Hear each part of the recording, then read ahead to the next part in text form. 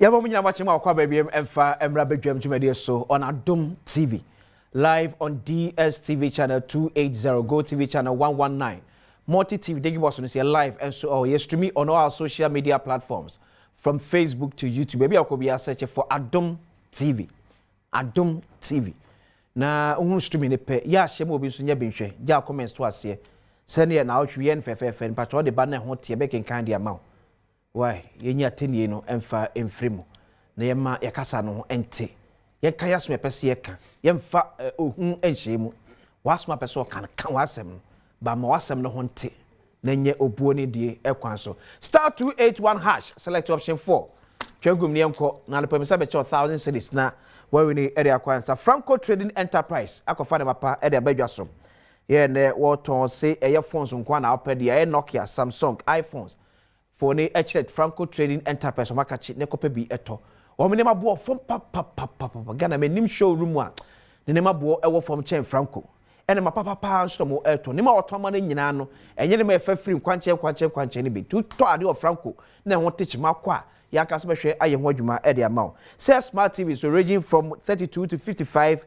inches or tabletop fridges so home ne wo Franco air condition from 1.5 to 2.5 horsepower. CCTV camera na ye camera pa wo ha ne tamalekura betwon enye CCTV camera so what as we dey as Japan mesa there be as we dey as kwachi aka ye hu ni ye bato nye Franco de bia nyame wadne watimi asifie na ye wakasa fie wo shop wo company na pe CCTV camera e de abom ya obenya constant report about wadwuma na ofia to for free Franco akachi also to add the free or online so you 40% discount. Free 0246 422 338 0246 422 338 and 0555 939 311 0555 939 311 Franco Trading Enterprise was still phone papa efie and hodom and gwana bio school na school pa pa aba e kame kwa na Ghana wofo nyina ma ebi eho no City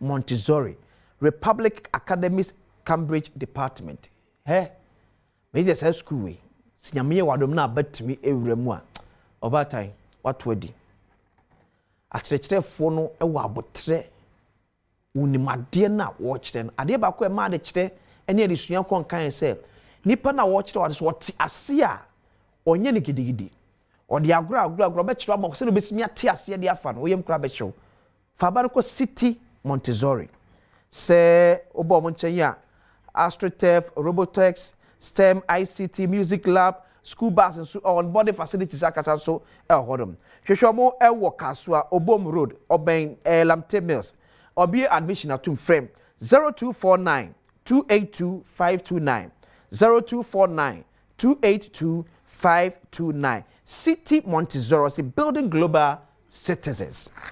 Yebabedi ekobabejafo atenase enu akomodie ya ye hye ase ye to aso de na enu na PUS impedfo ejebre ene one wo the utility industry mo edi enkoso bia bekyerem de ntia open increment na no hwe ECG for some pen increment of 225%.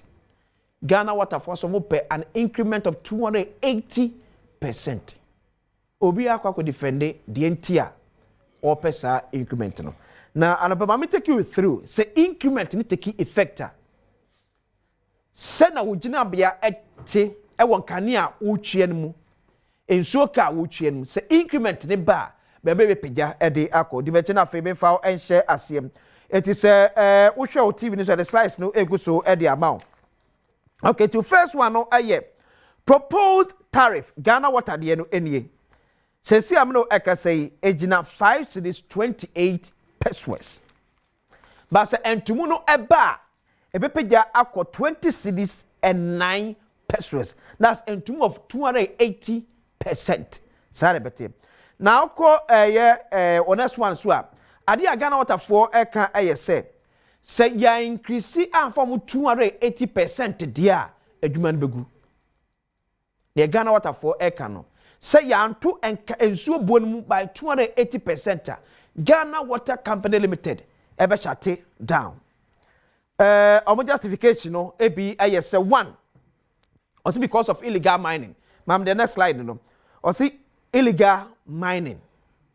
If ma wudi to basa ya ye tu awo ye man emu. Non-cost reflective tariffs. Heavy reliance on government grant. It is a buying grant na omde emo no. Enso ehomu ye pet. When in so a Ghana Water for chiremu a omugina so dey pray an increment of 280%.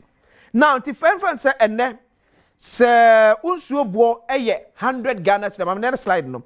So unsuo bo 100 Ghana cedis. Se sa ntum we eba ubetwa 280 Ghana cedis.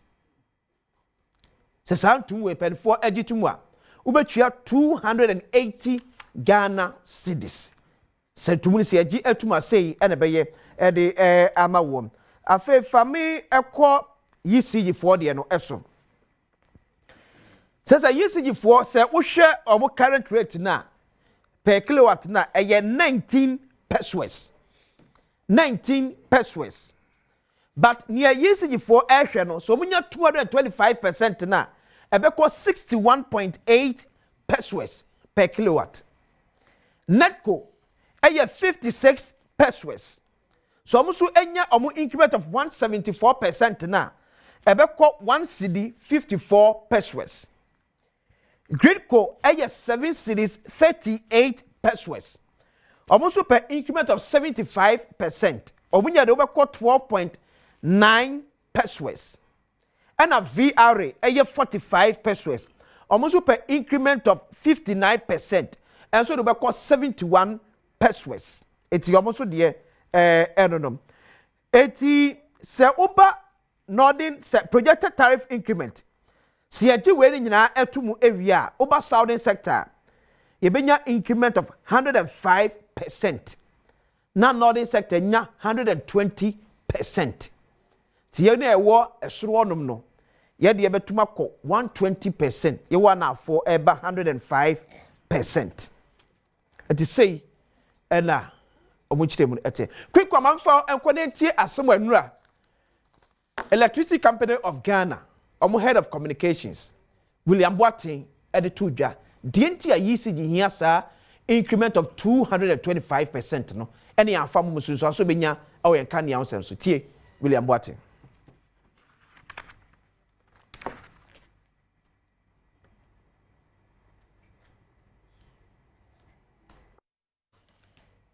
Menya William Boateng ede amount na meni video de na I read na yema arefo enti bi nemfa nkomo no enhyehyɛ so eti William Boateng ekasa na fe the commercial manager of Ghana Water Company Limited enso ekasa eno achi ena na ne ajanto ya ogina mu eje titire ni wo dwumede na se enso ne nsem atu gya o kyem se emperfo kwa value we nyina ni ahwe how betimi situate no and a kind of increment here betimi e dey part of video dey na aye ready na ye fama ahwefo se Ghana Water for them so aye ready ye tie asemu a the commercial manager of Ghana Water ede atudwa ye tie nyo so e kan exchange rate ni nyama asesa for some time now no ema yesika no akofom kakra entimi to me to nyama o se eto if ye friend ye juma no ye eno na ye first one no second one on say aban sisia waka kire say loan dodo a omujima nyina ye di ye juma no ya yentua first na yentua saji loan Ghana Water Company yentua sa loan no basisia no yesi yentua sa loan no oh say on say normally no ye treatment plants any a pipe like see any women na ya yetaji loan any grants any nyama ya di yes nyama no ye nyeska to be tomu on the same scale issue a di yejuma no issue a nya free everything and rivers ni lakes ni nyama no na say won say issue no aya say apart from Volta Lake no say issue ni nyina no ni nyina say nti no say be betumi anya nsuo dia o say nya nkroji ma amafo benum ma omunya yare na bebia dia agise ye di chemical adodo e di ye adwuma no nti sesia no enu na ema na Ubon say ebia ye along 1 cup edit.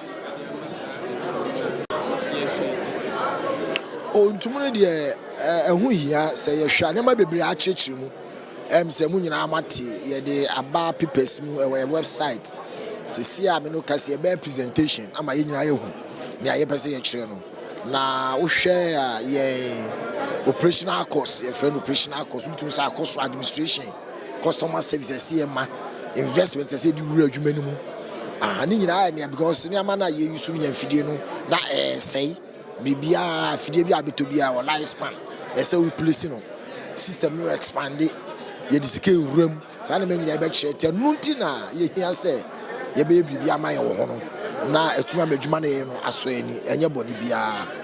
Okay, eti William Boate enie. And before one year, the commercial manager of Ghana Water Company, Mr. Fientie Nana Yajantua, on the PRC position on proposals here by any how and penny afa. The average training because parameters now the tariffs no osha and cost through baby. It's a very near sunshine. The friend is a generation mix as availability of power, the load, electricity and crowd use. Nina, you make a carbon at the end of the day. No, utility PRC may take a decision on the matter. Near Yama order. A chere say na ye kono ye hwe timetable na obabusumi mienu na sa tariff when from 2026 to 2030.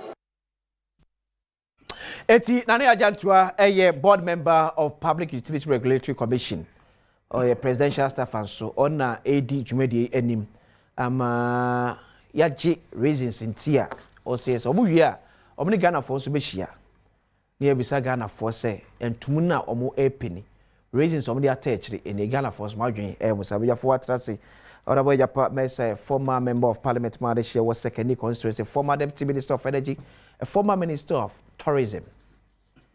Ewa, and as also Honorable Peter Kwachi, aka former MP for Amenfi Central.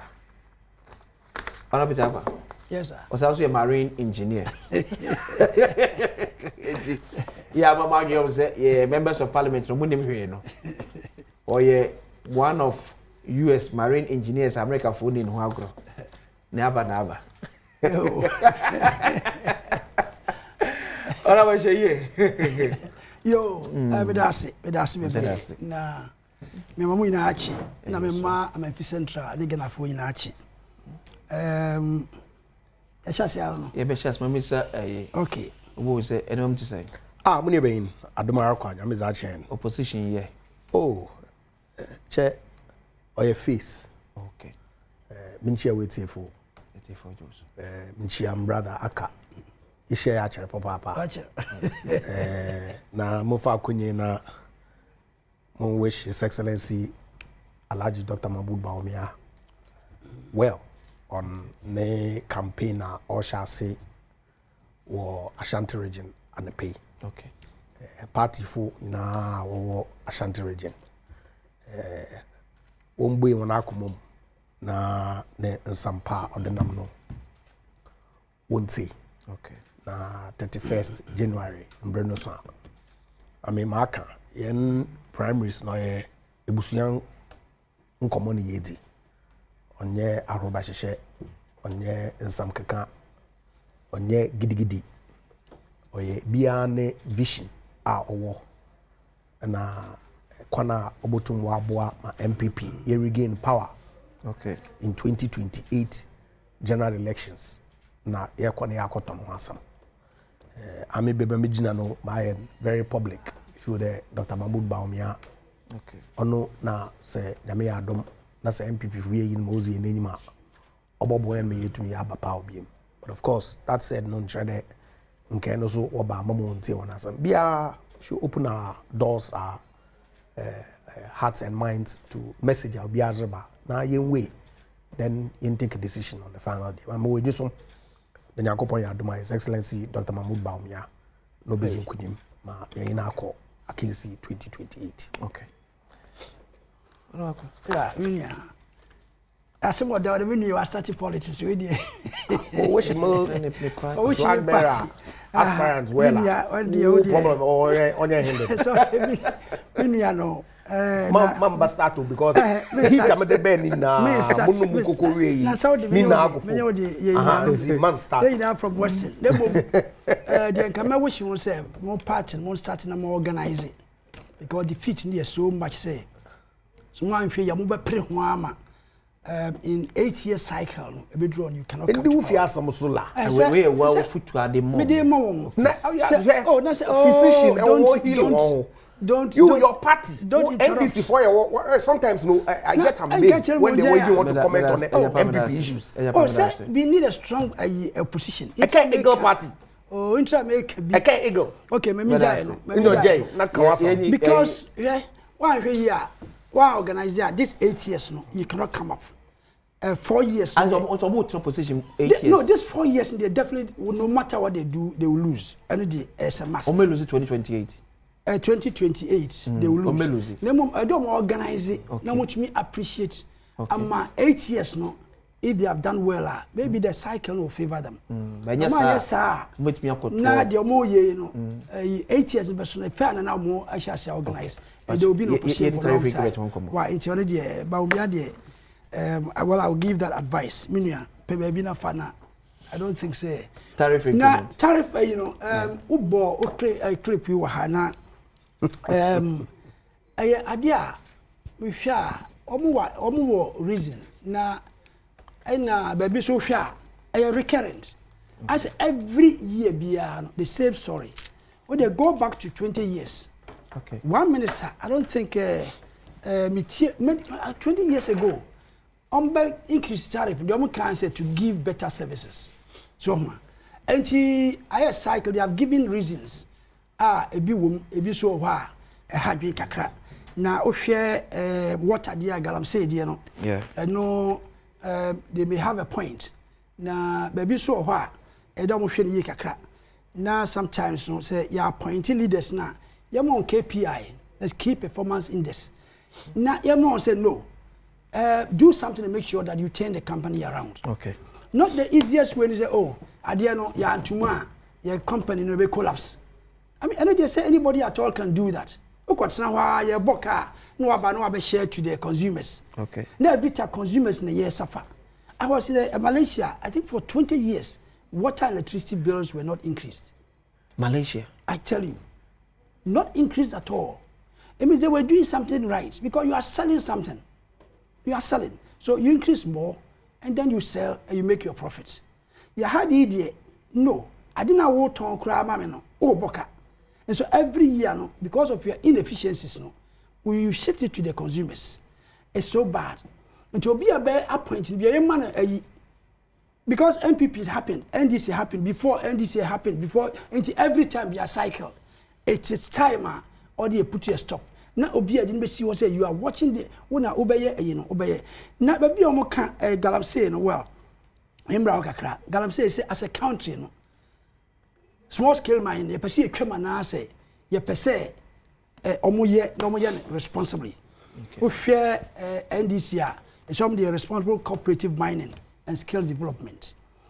As a much year, mining no advantage. Let me share you say small scale gold export hits 6 billion gold ball. First 8 months. First 8 months. So you cannot eat your cake and have it. 6 billion. Michaki and cocoa. For the first, I'm saying about 2.17 billion. Cocoa, and major, I not galamsey and wait, small scale. Small scale, and galamsey. Oh, there be one. Oh, mini ajay. Oh, how? I'm facing reality, no. The small scale is where galamsey. Now, what is the difference? Ain't you know difference about who on crater or the year in crater? Oh, now me ya quite ya wa obi a crater or the edumo. Mohono. Of course, or crater or the eduma. But responsibly, no, and the dear, you will cut out. Me, you so person catch them say small scale mine and I bet that galamsey na your gold export na kosoro. Na gold export ni and hifa. Oju say nye galamsey ni ade. O small scale. Okay, yeah, you see that nice word, small scale. But in your own belief, don't feel say galamsey for na atop up am ye. I na atop up no. Let us face the reality. And you know, as a country, no, say, do we want to lose this one? And I say a bit cancel galamsey no completely. Because almost says you. And it's in a government abba say or pursue responsible mining. Responsible by own farm mercury. Or you more education, when you see mercury, when you're close to water bodies. Water bodies, because law no say I don't give you some distance asana what you are mining. And forest, you will not enter the forest. These are the things are there, yeah, very serious. Now if you say minus no December so. Now yet me enya them benefit here yen. Because here enya benefit no and you can't hear that. Because you see gold here it will support the city na my city a strength no. Now so almost says you now we are talking. You know, young say as a country no, do we want it to go on? Yeah, dialogue because MPP buy you know. Almost a community mining. Oh man, me na the same ya and me help. Until when you know it is good. O share idea no what you na a responsible cooperative mining good. Now set up this task force. Now the biggest problem any task force now is just set up no. Go task force no on our say nipa na oya adwuma no why any ye unkonko jiska. But what do we see? Okay. They said the say water river gas. And you know bad you chionka and they go there and collect monies. And say nipa na ye born no kra on hwenka. And yen training miners say no more help the economy. Now yen person mo be say you know because look at the PURC. Obe share cost na me and the gold sikari bi no. And I'm going to suffer. And that is very bad. And yen sa a year abandi abano. On no concentrate. No yen strictly. Say no. If you spoil the river bodies now, know you have yourself to blame. Now minus so we must let them know. Say well, mo discover. Wo koye no hwana o hwe minus na. I always say wo hwe adan a omutumi si cars o use. Ni local economy na boost no. Wabra actual mining towns to say takwa no ni ade kwa. It's a mess. Now it's all core areas now. Galamsey na. Which say the people no Kenya no so there are advantages. Disadvantages no and yet dear hwe. Ensuo ne say no your forest ye say no ne ade no mercury a edi gu nsuo mu a ma deformed bodies children eba ne ade. And then they make sure say it should not happen. Ne be then you make sure no. And sa medium suggest sa water bodies ne water gas river gas school learning water babies school book be water babies I don't know I was in the minus not plight no cause kaya gifri om ho no I'm telling you yen twa water gas ni oh because now water gas no this will be a share win from na no the kojiska say equally you can also say me and ma soldier for na police form ko enwure mu soldier for ni nyina no adu nyina na police for ni nyina no ska ade entro mo kona still ensuo no esa enti be ni den entro me ka say no minus say follow say government you educate you ye look we don't want you to go hungry the person mo ye na mo boa the economy. Nemo no yempese mo say yensuo so strictly you be on tax ye momu twa tax and they'll be ready to do that na sa wo mo ye ko so ko check won course can mo di size can mo twa menua yes ka ketwa ti ye withdraw sa security agencies ni nyina na has it helped ya ni ayo ya constitute we galam stop operation galam stop the galam sad you bebre and help because they go there and they extort money. Okay.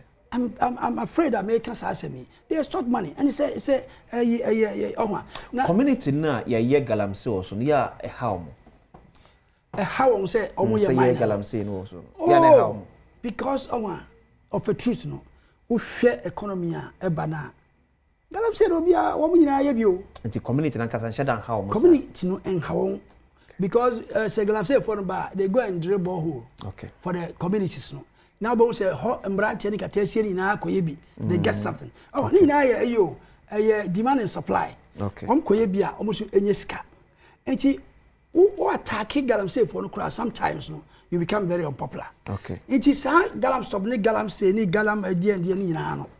And no ye reorganize. Rather no there should be tax collectors. Now okwa tax. No one make sure say baby awoye no ensure enti nipa ni tua tax a on fa sales can on chichiri sales can ma wo. E be quite 100,000. So for na ekono. Oh, that's say your GOB excavator. Sometimes you pay about as high as 100,000. That's not release ya man. Oh, meaning I my na say back government wa. Sanka you bet with their support. No, small can is serious. Omo eju omo excavators no. E bit tua as high as 100,000 cedis. I dey frɛ mo enka. Na mo ye eti anya no be a phone calls. No a phone you know ama aka. I remember can makoye. Young Shana, young idea ye. Okay. Now say 6 billion in the other small scale mining. Now they been say any na galamsey phone in from small scale miners. I want the Sikano Eba. And no a bois only some me yaketwa. Okay, that's the Amami what say. Are we then concluding say gold board ebe kan obi na galamsey ekosuriana galamsey ekosuru me dey it's almost the same the I always say no we are also taking a pound of flesh yedi nyesika so last MPP time we no more boss say gold akosuru masa are we saying say gold board can we be na galamsey ekosuriana? I won't say that. Medas. And I'm just saying that no. Okay. Now we more boss say gold and akosuru private too. Okay. And yet original one. No private na ekosuru na mo de ekano. Na efiri. Medas. E say na say we will buy ya no organized. Say gold board. I dey smart and intelligent sami ye via to ano. And all share. Here crowd say 1 billion e be say it is helping. Nemo no yenhwe say disadvantages no. Okay, former member of parliament Madeshe Mpensenpensenmu Central constituency. Oh, how is he? Ahambet's name mu edrum ade. The representative of government, the National Democratic Congress, are all show you on the pay. Okay. Wa confirm then some worker will position now regarding illegal mining, small scale mining, net destruction on your environment. Na yen water bodies ni na. Okay, yen some worker will do 2 Ghana phone in just for power. And that they don't have any intention whatsoever to stop the destruction of our forests and river bodies. I'm surprised. Now, river guards the crowd was setting up no. Is there one party boys purely to make them money? These are his words. What catch Ghana for in the run-up to 2024 general election? That's Akufo-Addo now ban or stop galamsey illegal mining. The destruction of your water bodies. All it takes is 2 weeks.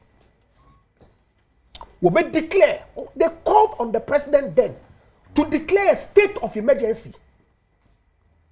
What happened? We revoke the LI 24 and here. Where mining in river forest reserves. What happened? 9th month in the year, none of that has happened. In fact, the situation has escalated.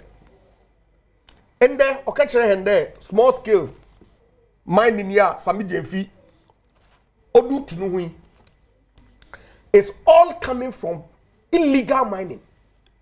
Oh, they be today. Galamsey no illegal mining. Gold na Samidienfi motor. But that's what they're saying. I didn't confirm what here. Oh no, mining site too. No, I'm a fee pure mining. On the a drive or left and right in our road to call of the main highway everywhere. That's what he's saying here today. I will count it. And see, we should forget that NDC Aban will do anything to protect the environment. And someone what came, nah, but it's really surprised because Mr. Mahama, the former president, President Mahama, Martin was my friend, Mr. Mahama, the president, problem in this. And see, President Mahama, okay, in opposition. Now, but the Equacotua, I can be Guma. I throw a different, no crown a different, one year, a different moye, Nina combination. That's exactly what they've done.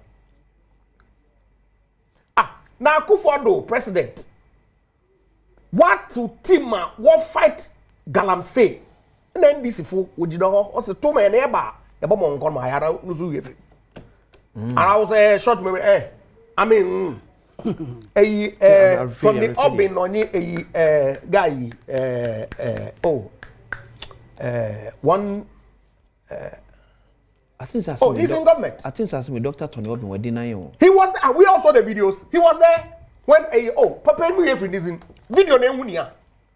They were there, urging them to go ahead. Maybe I'm not okay, but he was there. Did he stop the person who was speaking to stop? But doesn't mean it's on the kind. Okay, I'm saying that he was there when NDC4 they had gone round to the mining communities, and one of them was saying it in his presence. True or false? Video name. And Kevin Kulisin said, Bobby, you are my host. So if I don't remember the name, remind me of my video. And I saw him in the video. Okay. Gentleman no Ken. You if you remember his name, tell me so that I. Yeah, could be a Mekai. Agozi Usubani J. So look, let's say proposals are entities no ECG and only Ghana Water or that too. Ordinarily, in Konyawa was under Dama Ejaka Keno, year on year, be a way a major tariff reviewer. Yeah. One proposal was already been Akasaka. But Okotubori has no PURs for Bokumbo, no, and one approval also Babano undo the levels are open entities in war pay. But more, especially with respect to ECG. Management and board abandoning or appoint one. In the early part of this year, the same abandon or appointee the management and board of ECG. Okechra Ghana for the one of the major components occur into the tariff or fuel prices, right? Yentua 1 cedi per liter. So that one transfer them cost to the tariff. Okay? Yeah. So why now? Why are they using fuel cost of generation? Fuel being a key component as basis for tariff proposals and that one. No, there is some change on the GM1 cedi per liter, another abasam. Because remember, the board and management will report to the minister. Yeah. Them proposals you want minister before he went to PURC. Oh, but some they are not Mibisa there. Okay. Into supervising ministry. Okay. Obaketche hen there. Yentu 1 cedi per liter so that when impact the tariff. Them proposals here ni agencies was submit to PURC is not aware. Oh, can you see GDN? Yes. Okay. What am I about? The ministry is not aware. The ECG. So make them catch on there. Say NDC for or catch on the person. Na kept on one some any Jesu woman sura. Wala ujeje. We were told that in spite of the fact that gas, which powers 90% of your plants, are yet factored in the reckoning. Liquid fuel yet to only when we are doing emergency. What catch in there? Liquid fuel on can tariff makeup no. Emergency. Okay. On can. Into yentu 1 cedi per liter. Now we often deal with that fuel cost plus other energy sector ekawa other ho. The $3 billion. Them figure no, let's not even go there. But let's just assume for purpose of discussion that had did we build up that 3 billion? Legacy debt. Ofihin. More Ministry of Energy as Deputy Minister. Now, Maka Tima, what constitute or Ministry of Finance, Project Light, to renegotiate some of the power purchase agreements NDC for signing. 35% of the cost that had been accrued was attributable to excess capacity payments. 35%. 35% of a car near the energy sector. No? To the IPPs. 35% was power that we had never consumed, but because of the contracts that they signed, we had to pay for. So if they say that Wajid Jiska would go to Yakawa, that Eka, how did it come about? Also, look, that energy sector, you hear one full day. That aside, gas, ENI, take or pay, 2018 into 2019 until Ameri, car power ship was moved to Takrady. Okay. No, we inject the gas, we dish from the Yaka. Etsi, Masama Mekan Etsi. They were injecting the gas because we didn't have. But of course, now we consume all the gas. And see, if you are saying it's part of the cost that PURC calculates. Okay. Apart from fuel, which is factored in the cost, it's only liquid. You only during emergency, non-count. Okay. Capacity, excess capacity payments. And only one technical and commercial losses. Why should the consumer be saddled with this? Electricity are no use. ECG for no contract. Why should I be called upon to pay for it? So as far as I'm concerned, there's absolute everybody. These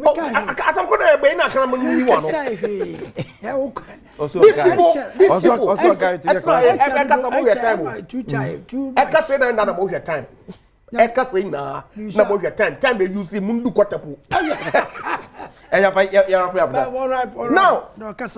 water.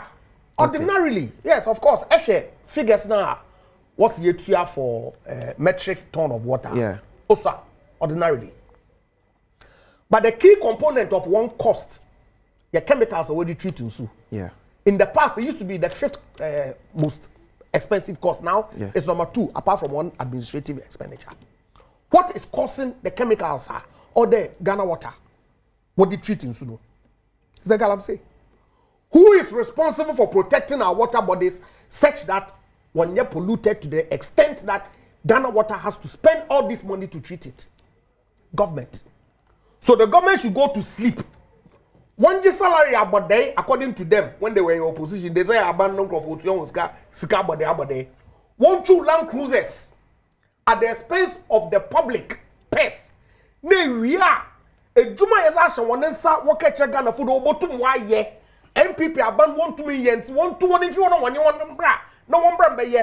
But we here you 2 weeks to do it. 1 year.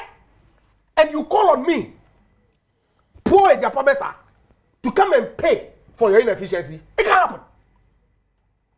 You think give me a reason why it should happen? That the government, which is sleeping on the job, which ought to ensure that there is no single individual on our river bodies mining and polluting our water bodies. Ononjina kutia wankran. No onye nejuma wa unsunudo mankofo still will pollute. I drive to Takrady and I weep when I see River Pra.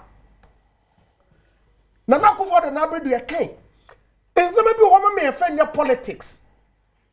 O send the man kasa mete galamsey asam. I shall want meeting is in na Mr. Mahama, President Mahama no president between the period 2012 to 2016. And see, it cannot be that Ghana should be called upon to pay these increases when the government what to Abama one.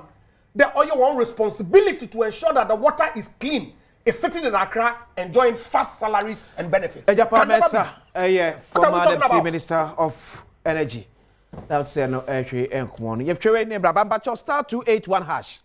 Star 281 hash. Select option 4. Chegumi buy your babeche 1,000 cedis. Bedroom die, you better see.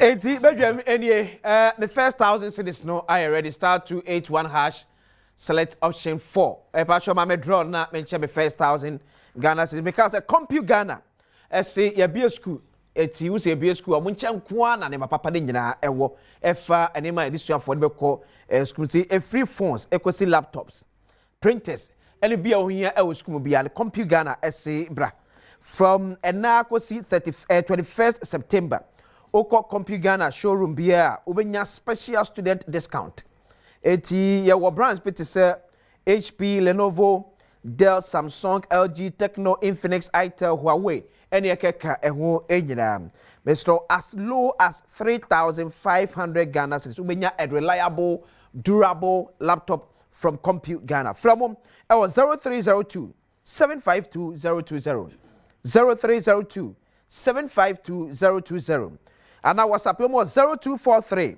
143 143 0243 143 143 Pacho WhatsApp mo say see na je my papa free Compute Ghana so star 281 hash option 4 5 4 3 2 1 1,000 Ghana cedis na pay for watching bedroom 0550 731 star 0550 731 star meaning so saka first 1,000 Ghana cedis and pay she says so be o win biase or the kote ne school fees we akoto books aba deba abrabia school so I'm waiting for me win another call before the happy birthday and confirm Robert Tego you are 40 years today we free koku obey eji so wish you all the best nyame enhira na onyo kese was may you live long and prosper and thank you for all that you do.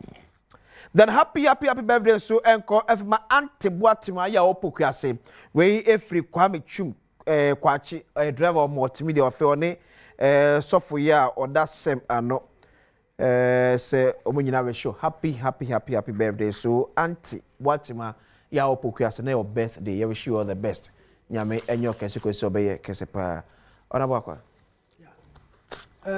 men can win the crown for the next one. A year mini also Kota Kradis here, River Prano, now Orusu. Now, Fache Mamini win Bavantino. Hello, good morning. Hello, good morning. Hello, good morning. Oh, Fache me. Also, or Quano, Sunefena, Nansen, or who said River Prana, Isana. Okay. Their time it was west. In their time, yes, their time it was west. West. Oh, west. Says any atakakra. It said the ekakra. Now, I would say the government no, NDC government no, and more the Abasa responsive cooperative no. Just was spelled clear say, or per se a mine, they were responsible.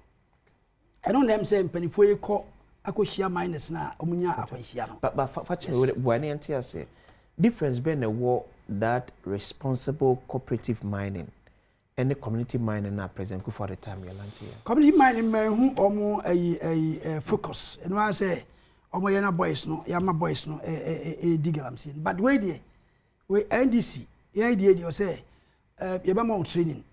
Yabamo training now, they will not use mercury. Yaba cover amanano. Okay. We be able cover amanano. Yaba skills training. So one more in skills training. And you use modern technology. Okay. When I may say government say, oh, you feel no pushing more.